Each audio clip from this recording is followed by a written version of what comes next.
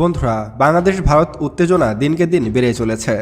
আপনারা হয়তো ইতিমধ্যে জেনে গেছেন যে ভারতের কলকাতায় অর্থাৎ পশ্চিমবঙ্গের বিমানঘাঁটিতে কিন্তু ভারতের রাফেল যুদ্ধবিমান মোতায়েন করা হয়েছে। যদিও কলকাতা বিমানঘাঁটি থেকে পাকিস্তান ও চীনের অবস্থান বহু দূরে, তারপরও চীনের বর্ডারের কাছ থেকে এইসব যুদ্ধবিমানগুলোকে নিয়ে এসে বাংলাদেশ বর্ডারে মোতায়েন করেছে ভারত। শুধু রাফেল যুদ্ধবিমানই নয়, ভারত বাংলাদেশের চারপাশে প্রায় 1.5 লক্ষাধিক সৈন্য মোতায়েন করেছে এবং দিনকে দিন এর সংখ্যা আরও বাড়ানো হচ্ছে।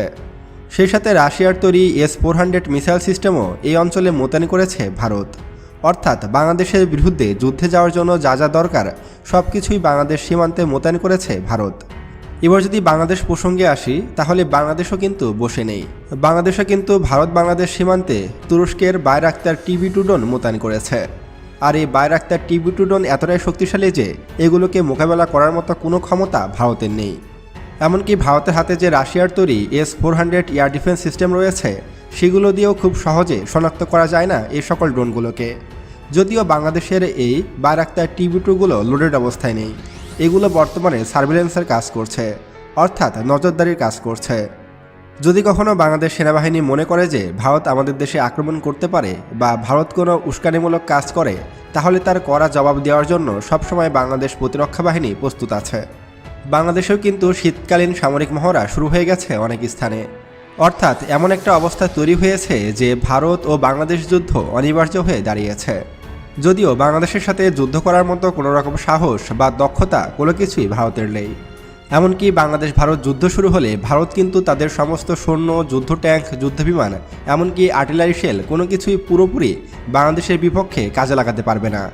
ফলে বাংলাদেশ কিন্তু এখানে বিশাল একটা অ্যাডভান্টেজ পাবে। ভারত মাত্র 1 থেকে 1.5 লক্ষ সৈন্য দিয়ে বাংলাদেশে আক্রমণ করে বাংলাদেশ দখল করে নেবে, এমনটা ভাবলে ভুল করবে। কারণ বাংলাদেশের 20 কোটি জনগণ তখন আর বসে থাকবে না। তখন কিন্তু তারাও অস্ত্র হাতে তুলে নেবে এবং ভারতের বিরুদ্ধে যুদ্ধ শুরু করবে। এবং বাংলাদেশের পাশে রয়েছে পাকিস্তানের মতো বড় ভাই ও চীনের মতো বন্ধুপ্রিয় দেশ। পাকিস্তান ইতিমধ্যে আমাদেরকে ব্যালিস্টিক মিসাইল তৈরিতে সহায়তা করছে।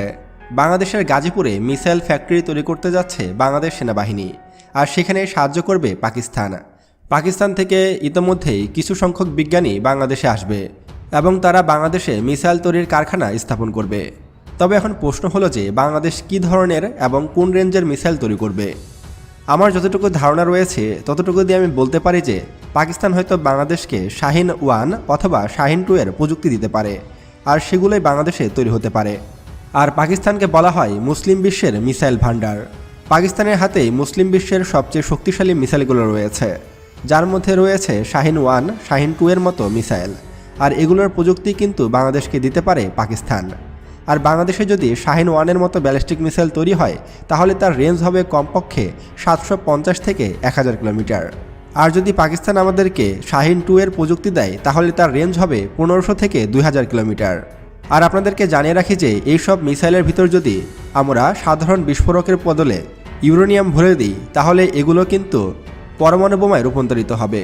অর্থাৎ আমাদের হাতে যদি শাহিন-1 ও শাহিন-2 এর মতো মিসাইল থাকে, তাহলে সেগুলোকে আমরা খুব সহজেই পরমাণু বোমায় রূপান্তরিত করতে পারবো। এছাড়া এসব মিসাইল দিয়ে আমরা ভারতের যে কোনো শহরে আঘাত আনতে পারবো। এমনকি ভারতের রাজধানী নয়াদিল্লিতেও আমরা আঘাত আনতে সক্ষম হব।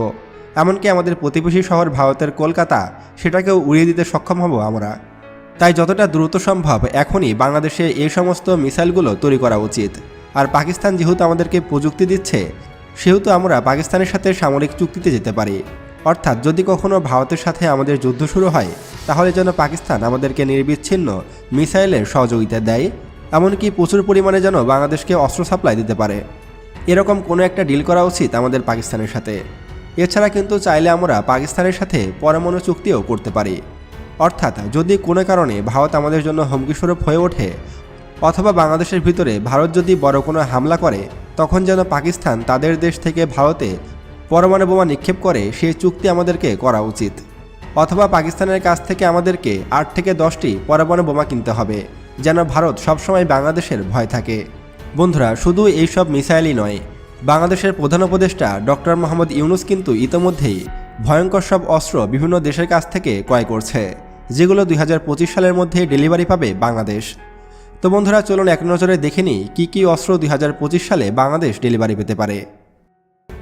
Number 5, panther হাউজার artillery system. বন্ধুরা, বাংলাদেশ সেনাবাহিনীর জন্য তুরস্ক থেকে বেশ কিছু প্যান্থার হাউজার আর্টিলারি সিস্টেম অর্ডার করা হয়েছে। আর যুদ্ধক্ষেত্রে আর্টিলারি সিস্টেম ছাড়া যুদ্ধ করা অসম্ভব। সেই রাজা বাদশার আমল থেকে শুরু করে বর্তমান যুগ সবসময় যুদ্ধে আর্টিলারি ব্যবহার করা হচ্ছে। আর আর্টিলারি সিস্টেমের ফায়ার পাওয়ারের মাধ্যমেই সেনাবাহিনী একের পর এক অঞ্চল দখল করতে সক্ষম হয়।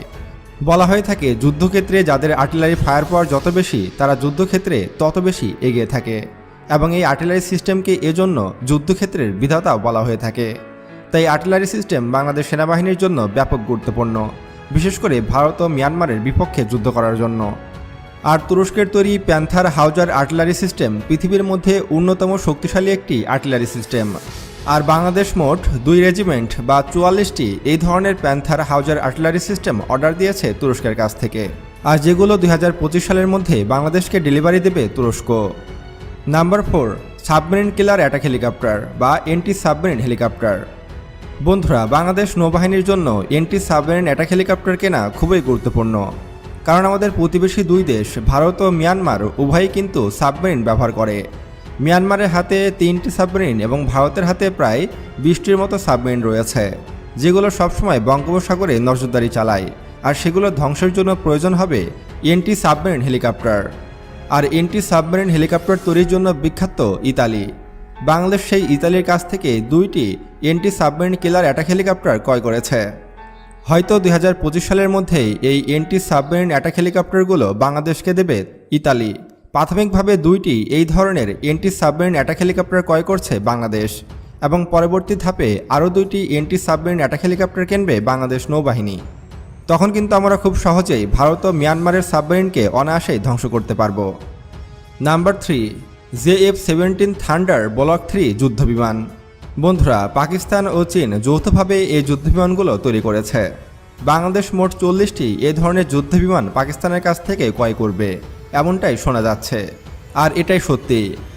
অনেক ইউটিউবাররা দাবি করছে যে বাংলাদেশ নাকি রাফেল অর্ডার করেছে, কেউ বলছে বাংলাদেশ নাকি রাশিয়ার তৈরি MiG-35 অর্ডার করেছে, আবার অনেকেই বলছে আমেরিকার তৈরি F-16 ফাইটার জেট কিনতে পারে বাংলাদেশ।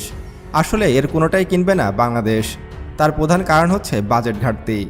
বাংলাদেশের হাতে এখন একটি অপশন, আর সেটি হলো পাকিস্তান ও চীনের যৌথভাবে তৈরি JF-17 থান্ডার ব্লক 3 যুদ্ধবিমান। আর বাংলাদেশ মোট 40টির মতো এই ধরনের যুদ্ধবিমান অর্ডার দিয়েছে, যদিও এটা অফিশিয়ালি জানানো হয়নি। তবে আমার মতে বাংলাদেশ হয়তো ইতোমধ্যেই এটির অর্ডার সম্পন্ন করেছে। আমরা বিভিন্ন পাকিস্তানি ব্লগ ও পাকিস্তানের বিভিন্ন মিডিয়া থেকে জানতে পারি যে বাংলাদেশ ইতোমধ্যেই আগামী বছর প্রাথমিকভাবে 16টি যুদ্ধবিমানের ডেলিভারি নেবে, এবং বাকি 24টি যুদ্ধবিমান আস্তে আস্তে বাংলাদেশের বহরে যুক্ত হবে। বন্ধুরা, পাকিস্তানের তৈরি JF-17 থান্ডার ব্লক 3কে আপনারা হয়তো অনেকেই ভাবতে পারেন যে অনেক পুরনো একটি যুদ্ধবিমান। আসলে বন্ধুরা, এটা কিন্তু অতটাও পুরনো কোনো যুদ্ধবিমান নয়। এটিকে প্রতিনিয়ত আপগ্রেড করা হয়েছে, এবং বর্তমানে পাকিস্তান ও চীন যে যুদ্ধবিমানটি তৈরি করছে সেটা হলো JF-17 থান্ডার ব্লক 3, আর যেটিকে রাফেলের সমকক্ষ বলা হয়ে থাকে। অর্থাৎ এই যুদ্ধবিমানটি যদি বাংলাদেশ ক্রয় করে, তাহলে আমরা এই যুদ্ধবিমানের মাধ্যমে ভারতীয় বিমান বাহিনীকে কাউন্টার করতে পারবো। এর প্রধান কারণ হলো এই যুদ্ধবিমানটির রাডার সিস্টেম।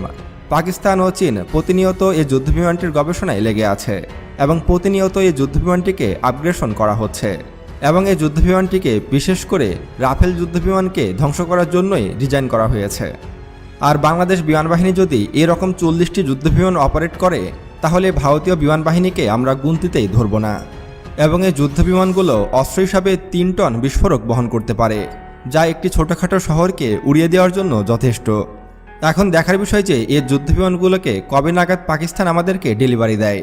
আশা করা যাচ্ছে 2025 সালের মধ্যেই পাকিস্তান আমাদেরকে এরকম 16টি যুদ্ধবিমানের ডেলিভারি দেবে।